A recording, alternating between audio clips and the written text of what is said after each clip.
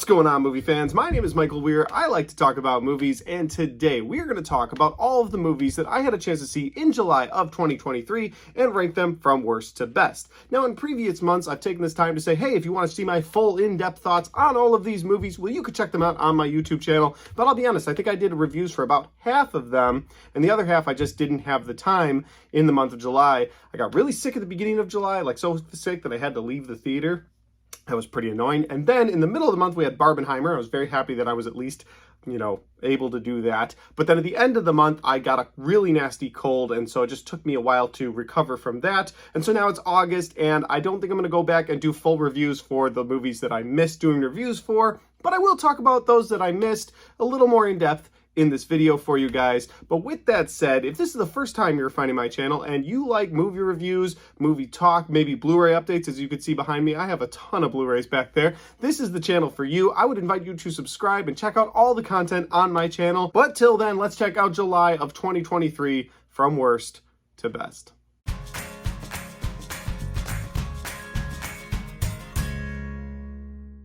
I will say before I get into the list itself that all of the movies on this list from July were decent. There are some movies that I think were great, and there are some movies that are decent, but none of them are really bad. So when I say this is the worst on the list at number 8, I'm not saying that this is necessarily a bad movie. It's just, it's the least of all of these decent movies. So coming in at number 8, on that note, would be Hidden Strike. Hidden Strike is a movie starring John Cena and Jackie Chan.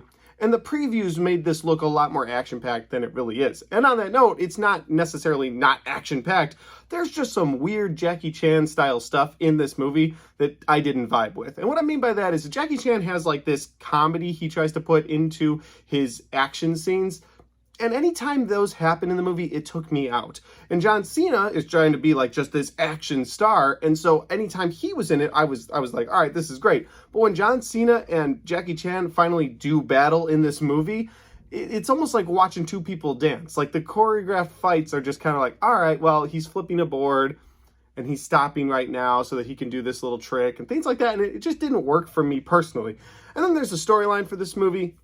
It's pretty bland. You've got this terrorist organization that wants to steal all the oil, and so they kidnap some research people that have the key codes to oil, and then Jackie Chan and John Cena are on the case for different reasons that I won't go into, because it's on Netflix. You can check it out. And that was kind of just a weak plot, and then when you finally get into the action scenes, some of them work, most of them don't really work. And so I was like, all right, well, this is a Netflix movie for sure. I get why this didn't go to theaters. I get why Netflix bought this and put it on their platform.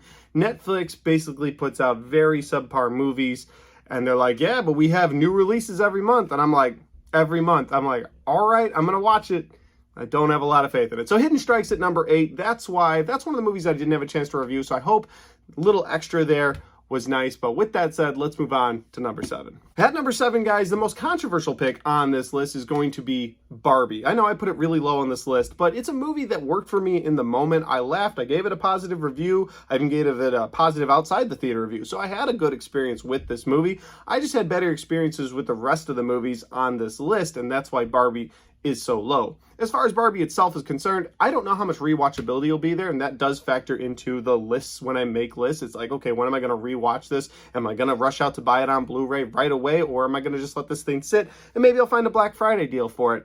And that's basically what happened with this movie, is I just don't know where the rewatchability is. Because over the course of the next 2 years, if I want to watch a comedy, I don't think I'll be picking Barbie, and if I want to watch people tell me that men are bad and stupid, I'll probably watch Barbie, and I don't really want to do that. So with that said, Barbie's number 7. Let's move on. At number 6, guys, is a family-friendly Haunted Mansion movie, and this is actually the reboot of the Haunted Mansion. Another movie I didn't have a chance to review fully on my channel, but I actually really did enjoy this movie. I enjoyed it for the family aspect of it. I love showing my kids movies. It's one of my favorite things to do, but they're all a little too young for horror, and while horror is my favorite genre, I can't really show them like, oh, hey, watch Scream, watch Halloween. I can't do that right now at their current ages, but I can show them movies like Disney's Haunted Mansion. And then when this Disney's Haunted Mansion came out, I was like, hey, let's go to the theater, let's go check this out. My son came out saying, this movie was terrifying. And I was like, all right, so you're definitely not you're definitely at the right age for this movie, because the movie's not terrifying, but it was for him. And I see this movie as something that I can rewatch down the road with them, you know, around Halloween. We'll watch Hocus Pocus, and we may watch the updated Haunted Mansion movie. So the movie worked for me in that regard. I liked having something that I could watch with my kids. As a movie in general, it's not a movie that I would necessarily say, hey, go out and watch this movie, it's so good. But when it's on Disney Plus, if you got kids and you're like, hey, you know, let's check out this somewhat horror movie because you got kids, I think they will enjoy this. There's some good laughs throughout the movie, some good actors and actresses throughout the movie as well. Danny DeVito shows up in this thing. He's really funny. So I enjoyed this movie overall, and that's why it's at number 6. At number 5, guys, we have probably the most important movie of the year, and it's a movie that I didn't even know if I wanted to rank because it's called The Sound of Freedom.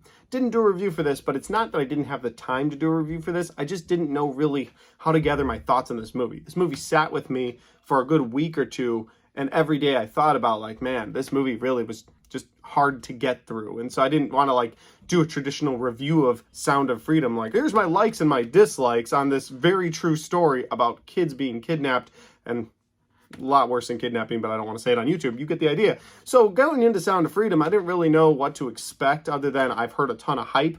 I went and saw that movie, and I was just blown away that we live in a world that still has this going on. And then on top of that, I was blown away by the fact that Disney owned this movie for 5 years and sat on this movie and didn't release it. That's pretty dirty and pretty disgusting.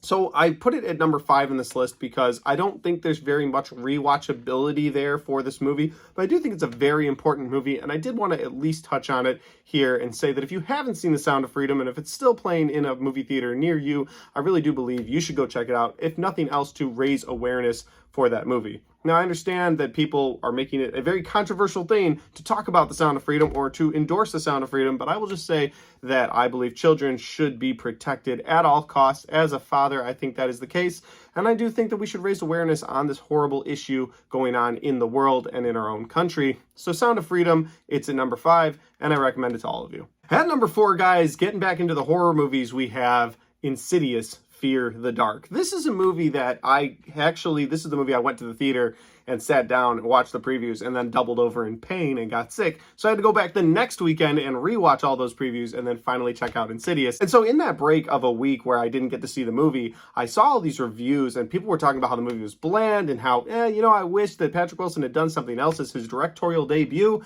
And I was like, oh, that's too bad to hear. I'm going to go in this with tempered expectations. So I went in, and actually I ended up really enjoying this movie and thinking it was one of the better Insidious sequels. I mean, if you watch Insidious 1 and 2, you have to watch them as a cohesive movie to really understand what's going on. And this movie broke that mold and was able to say, no, you can continue on this storyline and kind of jump in right here and understand what's going on. And you don't need to watch 3 and 4 at all. And I appreciated that because I wasn't a really big fan of part 3 and I never saw part 4. So going into 5, I was like, I hope I'm not lost. But it's a direct continuation of the previous movies. And I liked the time jump that they did matched up with real life so they could use the same young boy, now a adult going into college. Like, that was cool. I liked that. I liked the different way that they showed the further in this movie. I liked that they showed the real world and the further at the same time. And I really appreciate the camera work they did in that time, because there was just moments where you would see the further at the same time you'd see the real world, and the people couldn't see those two things. And it was just kind of neat. Like, I liked watching that happen. There were some good jump scares in this movie as well because it was an Insidious movie. But what I liked about the jump scares is they weren't followed up by like an atrocious noise. And because they didn't have that noise like the previous Insidious movies did, this movie did feel special and it felt stand apart from the rest of it. And I appreciated that. At number 3, guys, we have Talk to Me. It's an A24 horror movie that worked for me on just about every level. If it wasn't for the top 2 movies on this list, this would be number 1 this month for sure. Absolutely love Talk to Me. It's an interesting concept, and it's a concept that they haven't fully explained yet. So it's a concept that I could like or dislike going forward if they make sequels based on what they decide to do with the lore for this embalmed hand. If you know anything about the movie, there's this embalmed hand that people touch during a seance or hold during a seance and then say, talk to me, and they see a spirit, and then they invite that spirit in. And sometimes when you play with the other side plays back. And so there's really good creepy moments in this movie, but there's also really good storyline between the characters throughout this movie as well. I saw some people talking about how they didn't like the main character, or you weren't supposed to like the main character, but actually I didn't have a problem with her. I felt like she was being manipulated by these different spirits throughout the movie because they knew she was weak emotionally due to her mother's previous passing. So there were moments in this movie that I thought really worked well, and the movie, while it's a horror movie, got really dark at certain points, but I dug that. I thought it was really cool. So Talk to Me is number 3, and I definitely recommend it if you're a horror fan. At number 2, guys, we have Christopher Nolan's Oppenheimer. This is a fantastic 3-hour movie, and I loved every second of it. I sat down in this movie, watched this thing on 70mm IMAX, and couldn't believe my eyes at the end of this movie. It was just a beautiful cinematography. It was a wonderful score, and then the acting in this movie was phenomenal. Now, Cillian Murphy is absolutely fantastic in the lead role of Oppenheimer, but the surrounding cast, Florence Pugh, Emily Blunt, Robert Downey Jr., Rami Malek, so many other people. I'm gonna throw Casey Affleck in there real quick because he was so good in this movie. There were so many great people in this movie that did such a fantastic job, and I just love watching a summer blockbuster that's not superheroes. As much as I'm a superhero fan and a Batman fan, it means a lot to me that this movie was able to do so well in theaters, and it wasn't this big superhero capes movie. It was just a serious movie about a serious situation that we created to stop a war, and now it might have implications on the rest of the world forever. And it's such a dark premise at the end of that movie. It leaves you thinking about it. It's a movie that, you sit there a week later like, man, that whole movie was about me. The point is, this was a really great movie. I really enjoyed Oppenheimer. I definitely recommend to all of you. It's number 2 on this list. And of course, Oppenheimer is only number 2 because Tom Cruise came through and gave us Mission Impossible: Dead Reckoning Part 1, the 7th movie in the Mission Impossible franchise, and it is wonderful. I love the action from this movie. It's a Mission Impossible movie, so we got to talk about the action first. But honestly, so much more of this movie was so much fun. I loved the storyline, and I didn't think I would really like an idea of Tom Cruise going up against an AI. This is basically Eagle Eye with Tom Cruise. It really is. But it's so much fun, and it's done so damn well. There's a scene in this movie where Tom Cruise is in an alley, and he's stuck between 2 henchmen, and he has to take them both on, and it is so good. It is so good. Supporting cast in this movie is great as well. Of course, you bring all the old characters from the Mission Impossible movies back, and they introduced a few new ones, and it all worked for me. Like, this movie worked every second. I think it was close to the 3-hour mark, 2 hours, 45 minutes, and it worked for me. I didn't look at my watch even one time. Mission Impossible: Dead Reckoning Part 1 was my most anticipated movie of the year 2023, and it did not disappoint. Another movie, can't recommend enough to you guys. I can't wait to buy it on 4K and watch it here in my house.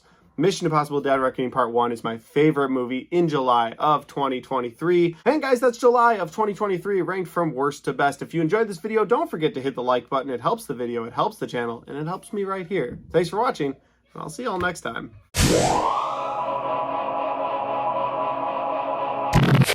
Alright guys, we got to the end of the July 2023 worst to best. Took a little time for me to get this one out this month, hoping to do better in August. We will see. But if you like this video and you want to check out any previous ranking videos that I've done where I've ranked months from worst to best, you can click right there to check that out. And if you want to check out any of my 2023 reviews, you can click right there to check that out. Thanks for watching. My wife just finished cooking dinner. I'm going to go eat. I'll see you next time.